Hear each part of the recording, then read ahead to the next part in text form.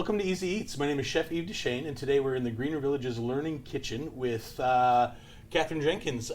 She is the manager of our unique boutique, another branch of the Greener Village's arm. Morning, Catherine, and thank you so much for joining us today. Good morning, and you're welcome. Catherine, tell us a little bit about the boutique. Yeah, the Unique Boutique is a great support for Greener Village. So all of the sales from the Unique Boutique go directly to supporting the food bank, and we feed over 1,900 families from the sales of everything in the boutique, helps support the food purchases to the food bank. So every dollar you spend in the store buys $2 worth of groceries. Well, that's fantastic. Where do we get these donations? Do we go out and buy, or how do we stock ourselves? No, it's complete support from the community. So everybody donates all of the things you see in the store. Businesses as well. So we reach out to businesses and get the donations through the community and local businesses. Well, that's fantastic. So, do you have to be a client of the food bank to shop at the Unique Boutique? No, absolutely not. We welcome everybody. We really want to see people that isn't a client come in and support, because it's those people who are going to keep our business running. Okay, and on that note, so we do support our clients with the Unique Boutique as well. Can you tell us a little bit how that works, how our clients can shop? So whenever they get their food boxes or the food hampers, they are offered a client card. So they get a $20 voucher to come in and get clothes and housewares through the boutique, and then they get it with their $20 voucher. Well, that's fantastic. So that's great for stuff like this time of year when you're back to school and people are looking for outfits and things like that, right? We have a very large selection of women's clothes, kids' clothes. It's great for back to school right now.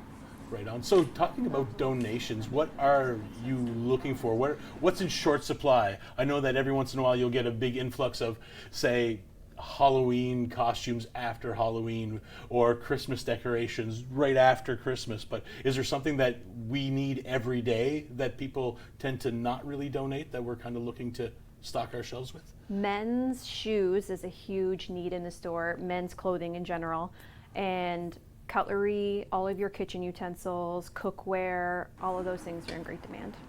So it's not just clothing and stuff like that at the boutique, or kitchenware. What else do we have? Yeah, you had said it before, we have seasonal. So right now Halloween is really big. We'll be going into the Christmas season. We have a great variety of books. We have kids' toys. We have bone china and silver, like fancier things in the store as well. We have a great variety of jewelry. Cool. No, that's fantastic. So this summer, I saw that you guys had decided to attend the Garrison to do that. What was the reasoning behind that? For exposure, we really want to get out and into the community and let people know that where we are and who we are and what we offer. When you think thrift shopping, we want Unique Boutique to be the first thing that pops into your head. So we really want to get that exposure out into the community. You're right. The boutique is the best kept secret in Fredericton for deals and things like that. I know that since I've started here, this is the first place I go if I need a new pair of jeans, or if I'm looking for a t-shirt for work or anything like that. It's definitely, because I guess the moniker that you guys are using, or that we've used before, is that you guys are turning fashion into food. Into food, exactly. We have the best prices in town. We get that all the time. When you come in, we aren't trying to make $1 million. We're just trying to feed Fredericton.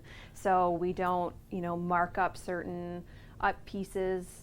You come in, all of our pants are the same price. All of our t-shirts are the same price. All of the, Under Armour sweaters you get for the same price as everything else. So it really is the best place in Fredericton. So a t-shirt's a t-shirt's a t-shirt. It doesn't matter if it's Guess or if it's Giant Tiger, it's still the same price. Exactly. We do have one section in the store for really great pieces that we do put a higher price tag on, but that is just one little rack, and the rest of the store is all generic.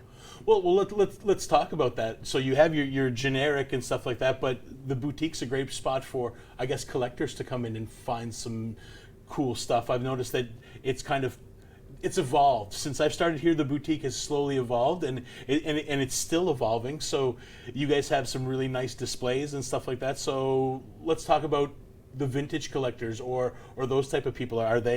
Is this a place to come and find those cool oddities and things like that? Absolutely. We got a lot of people that come in that look for those vintage pieces. We have some one of the things that rings the bell, I guess, is we just got in a piece from, it was a 1980s vintage toy set. Cool.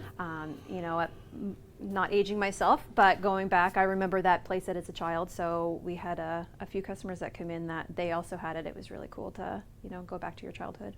Oh, that's awesome. So the boutique doesn't follow the same hours as the food bank, so tell us what are your hours and how do we come and visit you? Yeah, so it's Monday to Friday, 9 to 5. We are open Saturdays, 9 to 4.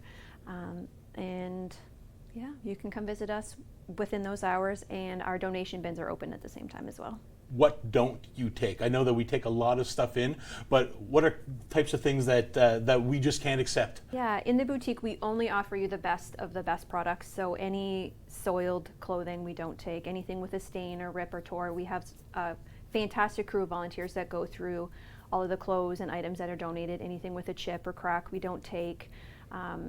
When you shop at the store, you know you're only getting the best, so we only take the best. And also no large items. We are just you know, we only have a small amount of space, so we like to keep it tidy and clean and stick with those items. So no chairs or couches or anything like that? No chairs or couches, no bedding. So we do take baby cribs as long as they're brand new in the box. Okay. You said that you're looking for volunteers, and I know that we're always looking for volunteers. So what type of, what type of talent are you looking to come in and volunteer? Everything.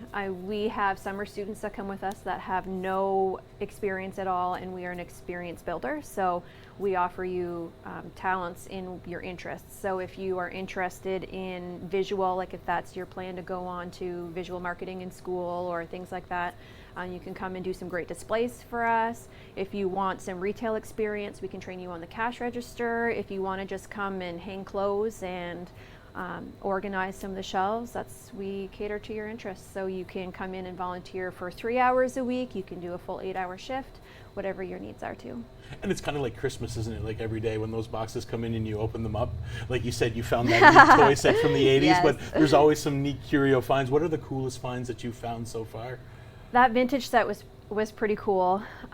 Created a lot of interest. There are some really fun clothing pieces. I know going back to school, my kids were really excited with some of the like Under Armour pieces I brought home and some of the big brand names. Really cool boots we found that we took to the market that didn't last 5 minutes. There's always a ton of really cool things. Some of the good books are big authors, brand new, you know, coming up authors that everybody's looking for. So if you pass by or come down to search the books, it's a good place. Thank you, Catherine. All kinds of information. So when we come back from break, I'm going to show you guys how to make some really easy refrigerator pickles. Again, there's tons of jars at the boutique as well that you guys are looking to unload. So it is pickling season. So we'll be back after this break to show you guys how to make some simple pickles.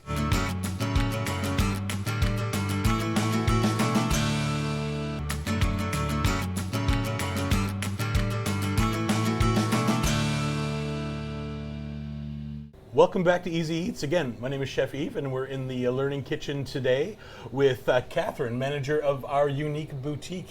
So Catherine, we are going to be making some of the simplest pickles that I've made, and I think they're great because once you've made the pickle and you've got the brine, it's just a matter of just kind of filling the jar again with the cucumbers and just getting pickles, a constant supply until your garden runs out. Perfect. All right, so we're going to start by making a really simple brine. And a simple brine is usually a 2-to-1 ratio. So for every 2 cups of water, there should be 1 cup of vinegar. So we're going to add 2 cups of water. And I like to use distilled water, not directly from the tap. So if I don't have distilled water, what I usually do is I pour the water out I need and I just leave it in a jug overnight and I let all of that chlorine and all that other stuff dissipate out of the water. Or you can buy your distilled water from the grocery store. Or if you're like me and I live in the country and I live off a well, then I don't have to worry about any of that. Okay. I just use the water right from the tap. The only reason why is I'm trying to pull all the chemicals out and make it as natural as possible. And then to that, we're going to add a 1 cup of white vinegar. You can use apple cider vinegar if you want, but white is great for pickles because it'll give you that crisp. And you're looking for 5% or more acidity. because you want that pickle to preserve. There we go. We'll add that to there. Then we'll turn this on to high, and we'll let that come to a boil. And to that, we're going to add a tablespoon of pickling salt. So what's the difference between pickling salt and regular? So your regular salt is iodized salt. So they've put iodine in that salt, and they've added different chemicals, anti-caking agents and things like that. So your pickling salt is basically just a natural salt. So it's mined, it's ground, and it's out there. So you're looking for stuff like kosher salt, it's also called, or gros sel, or large grain salt, or rock salt. That's what pickling salt is. So your Himalayan pink salt as well can be anything that's like a larger grain and that has not been treated can be considered pickling salt. All right, so what we're going to do now is we're just going to mix that, and we're going to let that come to a boil. And once that brine's made, that brine is done. And this brine is great because you can use it for different things, not just pickles. We can pickle tomatoes, we can pickle onions. So we were mentioning that you like to do some pickling, some quick pickles and things like that. This brine is perfect for that. Mm-hmm. Okay, so let's get working with our pickles. So let's move a few things out of the way. We're going to start by making sure that your jars are nice and clean. So what I did earlier today was you can either boil them for about 4 or 5 minutes in boiling water, or just send them through your dishwasher. I mean, that's the easiest way to do it. And then once they're there, they're nice, they're clean. And then we have our collar and our ring right here. And all we're going to do now is we're just going to fill this. We're going to grab a few peppercorns, as much as you want. Put a little pinch like that. Then I'm going to grab some dill because we are making dill pickles. And it's as simple as this. We're just going to grab some fronds, and I'm just going to simply put them right in the bottom, just like that. And we're making a garlic dill pickle. So I'm going to grab, and this is a huge clove of garlic. So I'm just going to pop that open, just like this. And you can put it in whole if you want, and then pull that out and have a nice pickled garlic, but I want it to kind of permeate through the whole thing, so I'll just cut it into 3 and pop it right in the bottom just like that. And then we'll take a few chili flakes. Again, totally optional. If you don't want chili flakes in your pickles, no big deal. Just add like that, whatever the spirit tells you. There we are. And there we go. There's the beginning of a pickle. And then what we're going to do is we're just going to stuff them. So I stuffed this one earlier into spears. So what you want to do is you want to stuff it as full as you can get it, and you don't want to have too much airway. And then we're going to pour our brine over that. So we've got our spears right here, and then I'm just going to grab our cucumbers, some lovely pickling cucumbers that came from our garden here at the Greener Village. And I'm just going to do rounds now. So pickle spears for the side of the sandwich. We're going to do some dills for inside the burger. So what you're going to want to do is you're going to want to take the ends off, the flowering ends. We don't use those. The chance of bacteria on those flowering ends are greater, even though you've washed the cucumber. We just want to take away that possibility. And then I'm just going to cut it as thin or as thin as you want them. I like them, or thin or as thick as you want them, sorry. And then like that. And again, we're just going to put them into the jar.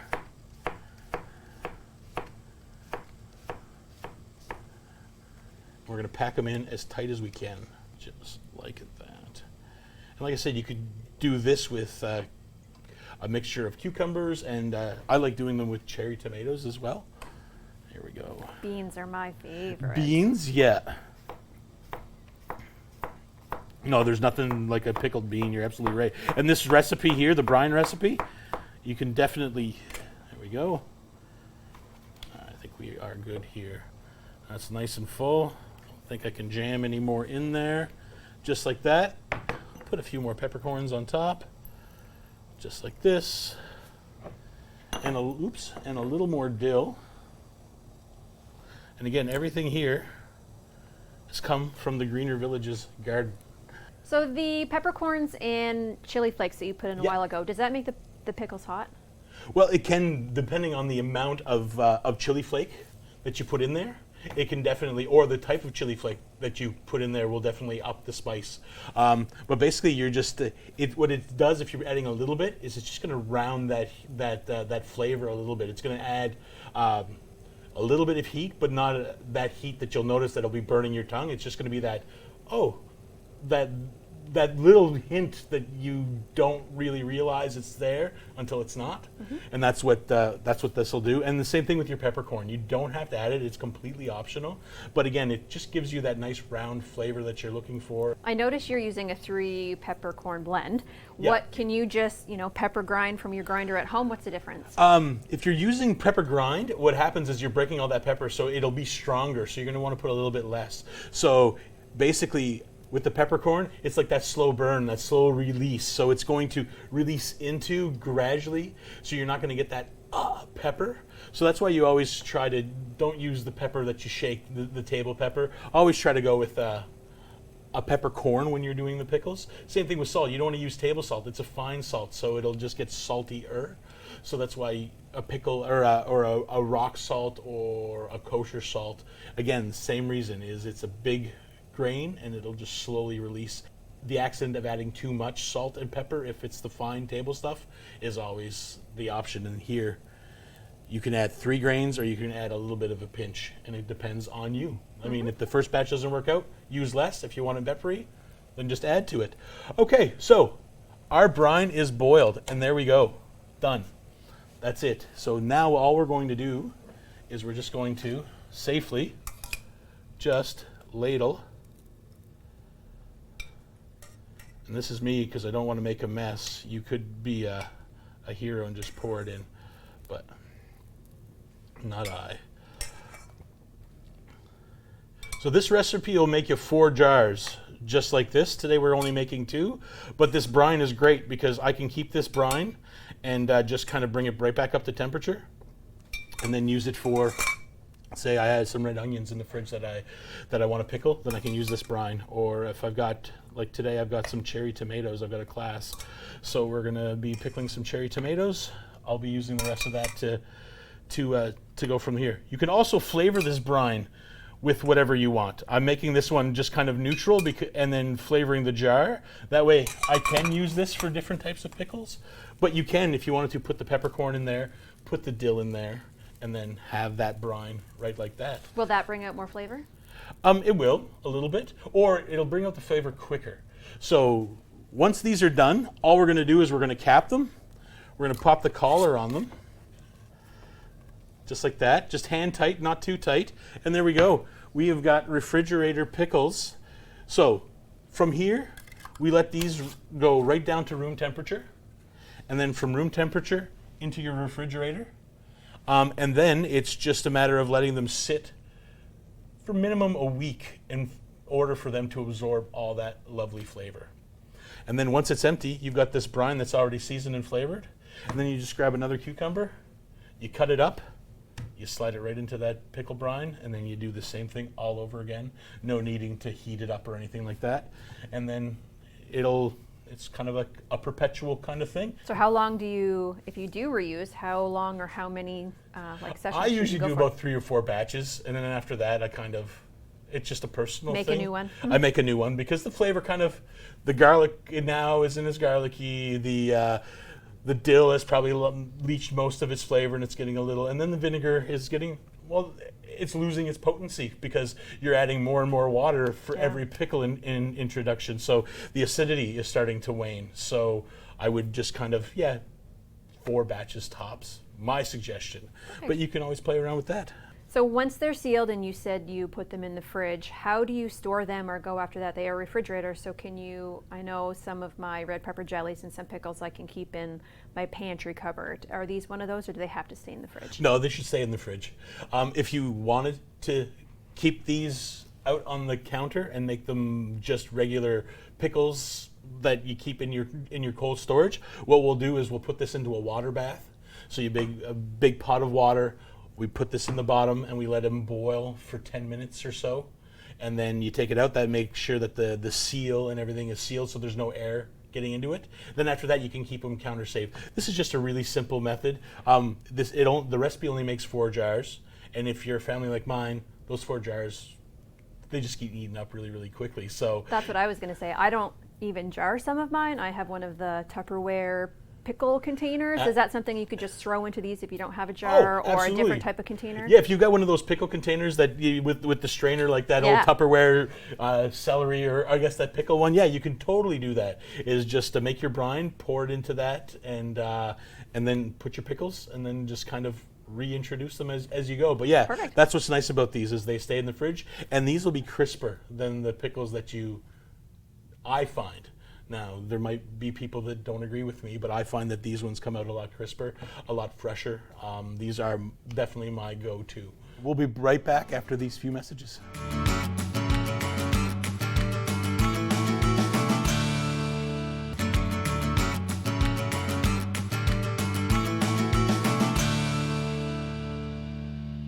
Welcome back. My name is Chef Yves, and we're back here in the Greener Village's Learning Kitchen. We just finished making some pickles with Catherine Jenkins from the Unique Boutique. So, Catherine, let's talk a little bit more about the boutique. Again, what hours or how can we come and visit you?